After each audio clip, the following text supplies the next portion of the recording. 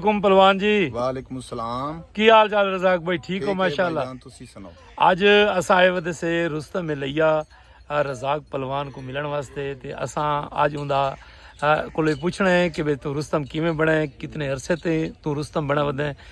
Last 10 year तू ता award इन्हां दे कोल ही है रुस्तमी दा, और इंशाअल्लाह उम्मीद है कि अगां भी ये बरकरार रखे सन, और इन्हां दी ख्वाहिश है कि असां रुस्तम पंजाब बनूं भला रुस्तम पाकिस्तान बनूं।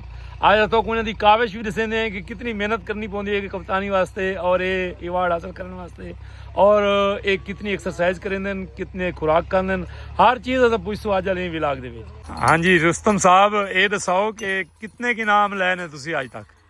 ये जनाब मैं इंटरनेशनल नेशनल हाँ जी जोडो दे और कुश्ती दे बहुत ज्यादा मेडल हासिल किए ने। अच्छा, इन पाकिस्तान लेवल जी दे? जी पाकिस्तान लेवल दे और इंटरनेशनल लेवल दे। सही है, जेडे तुहाडीਆਂ ਅੱਖਾਂ ਦੇ ਸਾਹਮਣੇ ਨੇ। माशाल्लाह माशाल्लाह माशाल्लाह माशाल्लाह जी माशाल्लाह, चस आ गई है।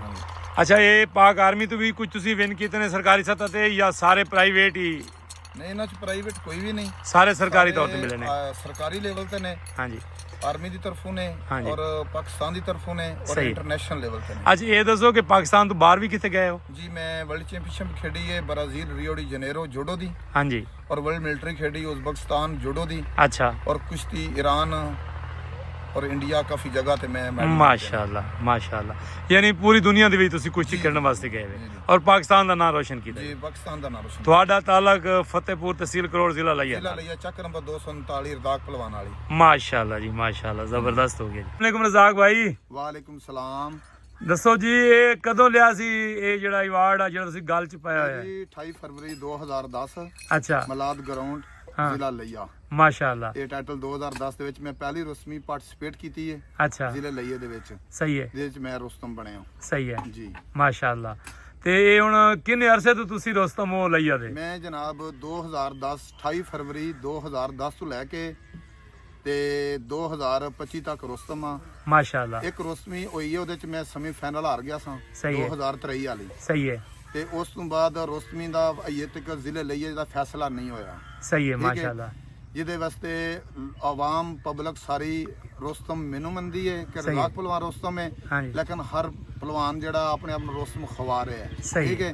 ਲੇਕਿਨ ਰੁਸਤਮ ਅਜੇ ਤੱਕ ਮੇਰੇ ਤੋਂ ਬਾਅਦ 2010 ਤੋਂ ਲਾ ਕੇ 2025 ਤੱਕ ਜ਼ਿਲ੍ਹੇ ਲਈਏ ਦਾ कोई भी नहीं ਨਹੀਂ बना। ਬਣਿਆ। माशाल्लाह माशाल्लाह। रजाक भाई ये दसाओ कि ये टाइटल कदों लिया?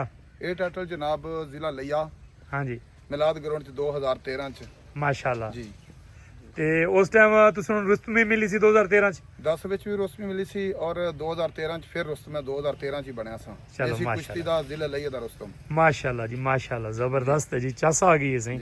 रुस्तम मिलैया रजाक पहलवान दे कोल अस आए वदे से, ਇਹ 2013 ਦੇ ਵਿੱਚ ਉਹਨਾਂ ਨੇ ਇਹ ਅਵਾਰਡ ਹਾਸਲ ਕੀਤਾ ਹੈ। ਬੀਆ ਕੋਈ ਗੱਲ ਕਰੇ ਸੋ ਸਹੀ? ਬਸ ਜੀ ਇਸ ਤੋਂ ਅੱਗੇ ਮਜ਼ੀਦ ਤੁਹਾਨੂੰ ਇੰਟਰਵਿਊ ਦੇਣੇ ਆ ਅੱਛਾ, ਕਿਹੜੇ ਕਿਹੜੇ ਟਾਈਟਲ ਜਿੱਤੇ ਨੇ। ਚਲੋ ਠੀਕ ਹੈ ਜੀ।